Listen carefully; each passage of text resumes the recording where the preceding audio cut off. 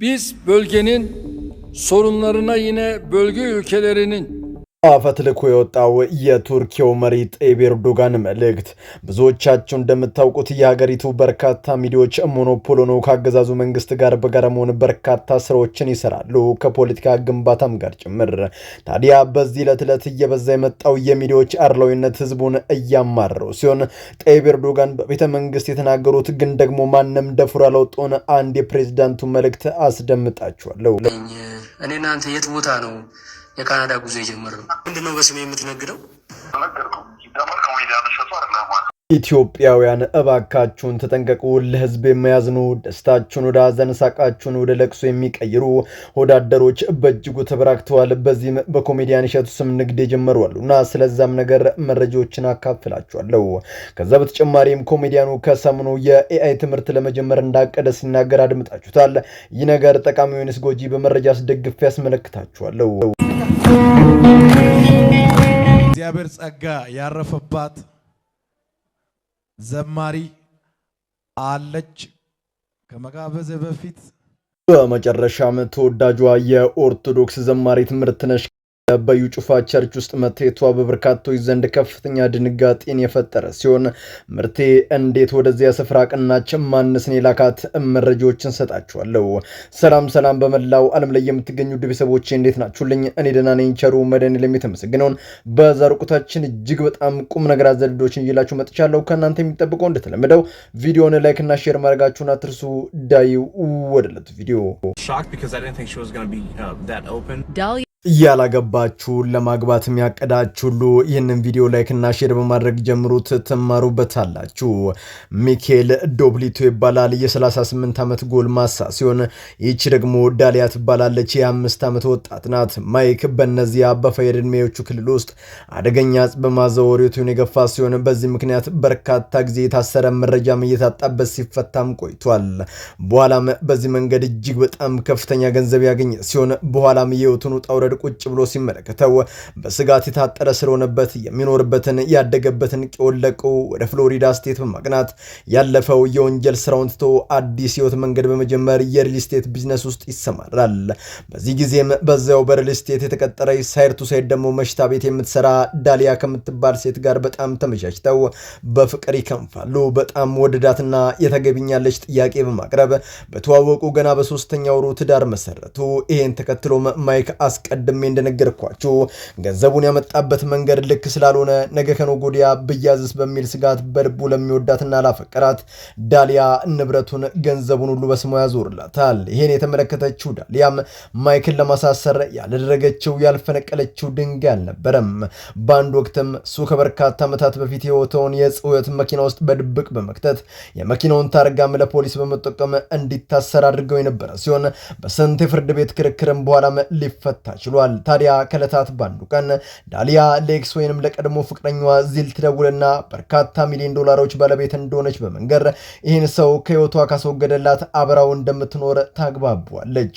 እሱም እሽልና ስልኩ ይዘጋል። የቀድሞ ፍቅረኛዋም ጸባዋን ጠንቅቆ ያውቅ ነበርና ጊዜ ሳያጠፋ ፖሊሶች ጋር በመደወል ጉዳዩን ያሳውቃቸዋል። በኋላም ይደውልላትና ድርጊቱን እኔ አልፈጽምም ግን ደግሞ ጎበዝ ሰው አግኝቼልሻለሁ ለይሰራ የሚሆን ሲል ያሳውቃትና ስልኩን ይሰጣታል።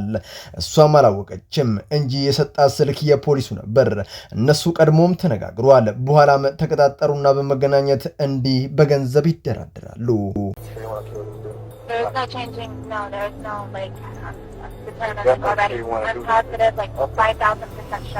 ፖሊሱም ቅጥረኛ ነፍስ አጥፊ መስሎ ዳሊያን በማግኘት እርግጠኛ ነሽ ወስነሻል ሲል ይጠይቃታል። እሷም 5000% እርግጠኛ ነኝ አስወግደውና ጉርሻን ውሰድ ስትለው ትደመጣለች። እሷ በካሜራ እንዲሁም ድምጿ የተቀዳ እንደሆነ አንዳች ነገር አላወቀችም።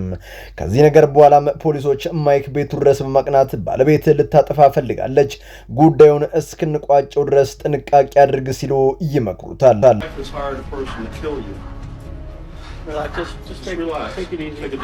በኋላም ፖሊሶቹ ቀናቶችን ሳያጠፉ እሷም እንዳትደርስበት እሱ ቤት በነበረበት እሷ ደግሞ ስራ በነበረችበት ወቅት የማይክን ቤት በፖሊስ መኪና አደጋ እንደተፈጠረ በማስመሰል ይከቡና ደውለው ይጠራታል። እንደደረሰችም ማይክ ባለቤትሽ ነው ሲል በመጠየቅ ህይወቱ እንዳለፈ ያረዳታል። ምንም ያላወቀች መስል እያዞምቧን ታወርደው ትጀምራለች።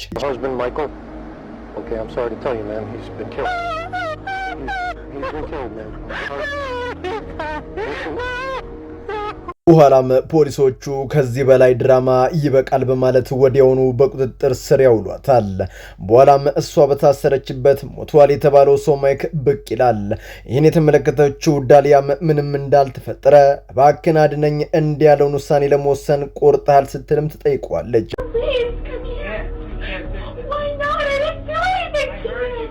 እዚህ ምን እንማራለን? በትዳር ዓለም ውስጥ ችኮላ ዋጋ እንደሚያስከፍል ነው። እንደምታውቁት የሰው ልጅ ተነቦ የማያልቅ መጽሐፍ ቢሆንም ዳሩ ግን ጊዜ መስታወት ነው። አብረን በቆየን ጊዜያቶች እያንዳንዱን የዚያ ሰው ስብና ቁልጭ አድርጎ ያሳየናል። ስለሆነም ምርጫችሁን አስተካክሉ የመጨረሻው መልእክቴ ነው። Biz bölgenin sorunlarına yine bölge ülkelerinin በቅርቡ በሀገራችን ቆይታ አድርገው የነበሩት የቱርኩ መሪ ጣይብ ኤርዶጋን ንግግር በበርካታ ሚዲያዎች ላይ መልካም ሆኖ ብቻ ቢነገርም እነሱ ያልነገሩን የተላከልኝን የፕሬዝዳንቱ መልእክት ላስደምጣችሁ። ፕሬዝዳንቱም እንዲህ ሲሉ ቀጠሉ። ምስራቅ አፍሪካን የሴረኞቹ መፈንጫ አታድርጉት። ይህ ህዝብ በእጅጉ ተጎድቷልና በጦርነት ላይ ሌላ ትኩሳት፣ ሌላ አልፈት ጨምራችሁ አታጎሳቁሉት። ያለፈው መሙ መቼ ዳንና ለሌላ ቁስል ትዘጋጃላችሁ። ችግሮቻችሁን እንደተማረ ሰው በጠረጴዛ ዙሪያ ተቀምጣችሁ ምክር ለመፍታት ሞክሩ። አፍሪካ ችግሮች የሚያሻቸው አፍሪካ መፍትሄ እንጂ ሌላ ሶስተኛ ከሩቅ የመጣ ወገን አታስገቡ ሲሉ መናገር ጥሩ ቢሰሩም ኤርዶጋን ግን አዛኝ ቅቤ አንጓች መስለውም ታይቶኛል። ይህን ለምን አልኩ? በአንድ ወቅት ለሀገራችን በከፍተኛ ዶላር የድሮን ናዳ ሲሸጡ በርካቶችንም በቱርኩ ሰራሽ መሳሪያ ህይወታቸውን እንዲያጡ በአንድም ሆነ በሌላ መንገድ ተሳትፎ ያደረጉ ናቸው።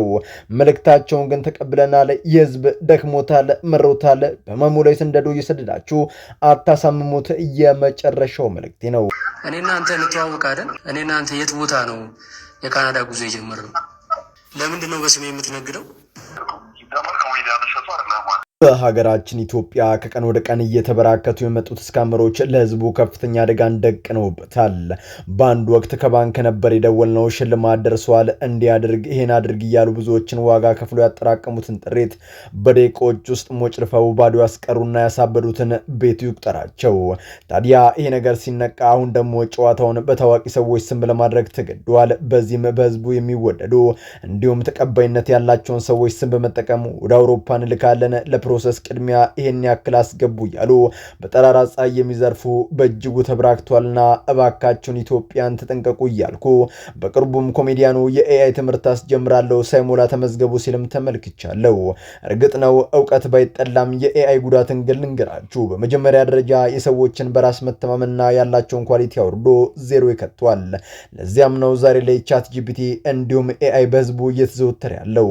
በመቀጠልም ኤአይ ሁሌም ልክ ይሆናል ማለት አይደለም። አንዳንዴም እንደሚጠቅም ሁሉ በአንድ ጀንበር ደግሞ ሰዎችንም ሚስኢንፎርም በማድረግ የኒውክሌርን አክል የማጥፋት ትልቅ አቅም አለው። ሳጠቃልለው የእባብ መርዝ በአግባብ ለተጠቀመው መድኃኒት ሲሆን አግባብ ባልሆነ መንገድ ለተጠቀመው ደግሞ ገዳይም ጭምር ነውና ተጠንቀቁ ለማለት ፈልጋለሁ። ማሪ አለች። በጣም ሰርፕራይዝ ነው የሚሆነው። ስሟን አልጠራም፣ ይጠራ። የሉተራኑ ሽንገላ ዛሬም ሊቆም አልቻለም። ይህ ቪዲዮ ጩፋ ዘርፌን በገንዘብ ገዝቶ ወደ ቸርቹ በጋበዘበት ዕለት ከዛሬ 7 ዓመታት ገደማ በፊት የተቀረጸ ሲሆን ይህ ቪዲዮ ከምርቴ ጋር በማያያዝ ምርቴ እንደ ዘርፌ ምንፍቅናን ተቀብላለች የሚሉ ድምጾች እዚያም እየጮሁ ይገኛሉ። በዚህ ድርጊትም ከልብ ያዝኛለሁ። እውነት ለመናገር መጽሐፍ ቅዱስን በደንብ ያነበበና የተረዳ ሰው ምንፍቅናን ከቶ አይቀበልም። እመኑኝ። ምርቴ የተዋሕዶ ዕንቁን እናመጣለን የምትሉ ሰዎች የሰው ችግር እንዳለባችሁ ተረድተናል። ምርቴ ግን እንደ ከዋክብት እያበራች በብርሃኑ ትመላለሳለች የመጨረሻው መልእክቴ ነው። በመላው ዓለም ላይ የምትገኙ ውድ ቤተሰቦቼ ለዛሬ እናንተን ያስተምራሉ፣ ይጠቅማሉ፣ መረጃ ምናሉ ብዬ ያሰብኳቸውን ቪዲዮዎች በዚህ መልኩ አቀረብኩላችሁ። በቀጣይ በሌሎች አስተማሪ ቪዲዮዎች እንገናኛለን። ለዚህ ቻናል አዲስ ከሆናችሁ ምን እየጠበቃችሁ ነው? መለስ እያላችሁ ሰብስክራይብ፣ ላይክ፣ ሼር ማድረጋችሁን አትርሱ። ባላችሁበት ሁሉ ክፉ ሳይነካችሁ በሰላም በቸር በጤና ቆዩልኝ። ይመቻችሁ።